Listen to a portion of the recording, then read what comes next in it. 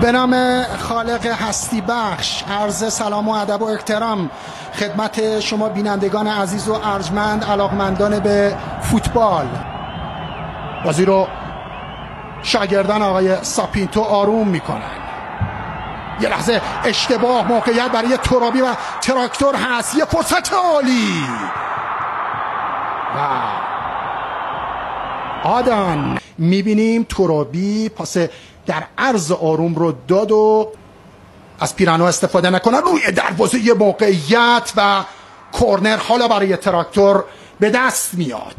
11 بازی سوپر جام فوتبال کشورمون رامین میفرسته روی دروازه و گل برای استقلال به ثمر میرسه و حساب کار 1-0 میشه. گل برای استقلالی ها رقم خورده اما دروازه‌بانشون به شدت آسیب دیده. روزهای خوب رو در درون دروازه داشته باشه. ببینید ارسال رو، این ضربه سریعه که چشمی به درون دروازه فرستاد. خوبی ببینید در بیرون اومدنش دچار اشتباه شد و از این زاویه هم میبینیم خیلی خوب فرستاد، خیلی هم خوب روی هوا بلند شد روزبه چشمی. 2 بازیکن با تجربه استقلال روی این صحنه این گل رو به ارمغان آوردن.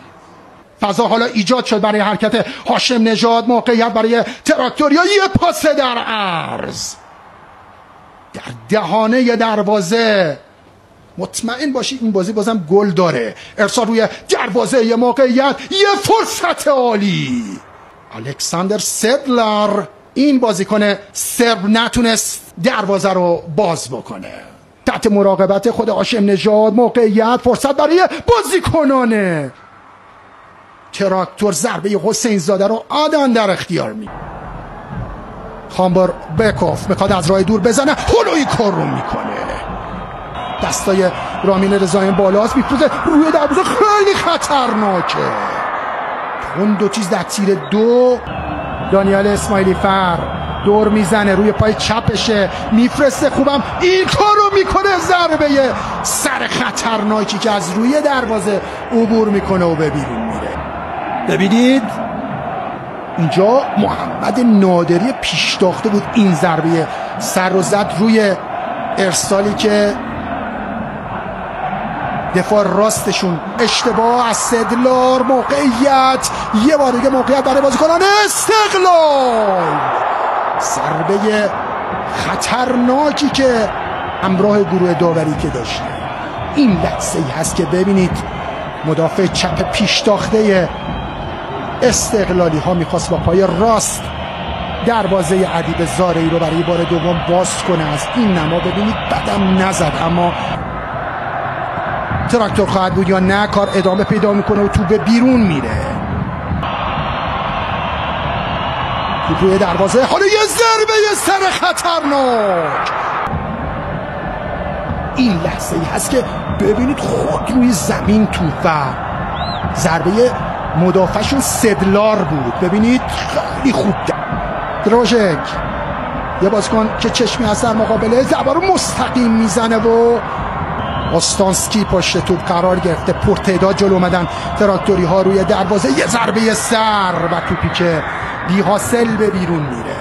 خودش در راه رفتن خوب کار میکنه، موقعیت داره، 2 بازیکن مقابلش هستن، راه بسته است، گوشه محوطه جریمه. حالا ارسال انجام شه، یه ضربه سر بعد از تیر دوم. ترابی این موقعیت رو برای تراکتور از دست میده.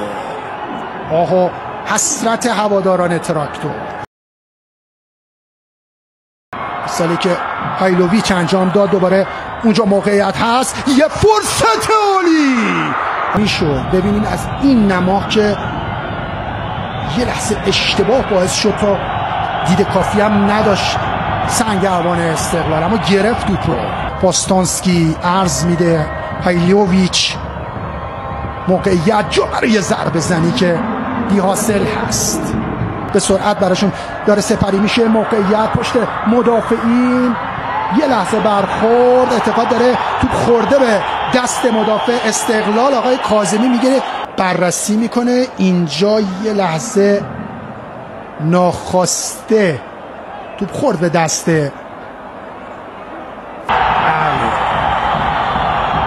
پنالتی مورد تایید قرار میگیره. حسین زاده موقعیت تراکتوریا و گل برای تراکتور. کار به تساوی کشیده میشه. حسین زاده تراکتور رو به سوپر جام بر میگردونه. 1-1 مساوی.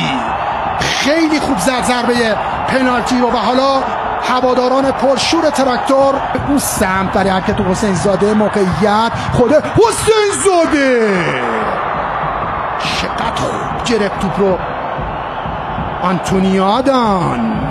تراکتور خواهد بود تو دقایق پایانی مسابقه یارگیری من تو من روی دروازه. توپی که به استانسکی. هاشم نژاد رو به جلو. موقعیت چقدر راحت جامون. موقعیت و گل دوم برای تراکتور. اشتراکال. ببینید اینجا چرا یه لحظه کی بود این روی این صحنه اینقدر جامو؟ سورابیان بود یا آره آرمین سورابیان بود و اینم ضربه پای راست دقیق اشتراکال. تراکتور رو به اون چیزی که کسی فکرش رو نمی‌کرد رسوند. بازی 1-0 باختن اونا 2-1 دارن میبرن. استقلال 80 دقیقه رو عالی بازی کرد اما تراکتور نشون داد که تیم کم تجربه ای نیست. ببینید آفساید هم نبود. اینجا جلوتر بود سورابیان اما جا موند و خیلی راحت این بغل پای فنی جاد. حالا سرعت میدن تراکتوریا به بازی.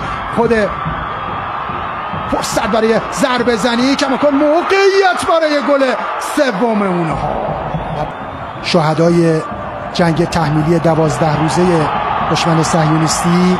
یه فرصت دیگه، یه موقعیت که تو نصیب سنگربانه.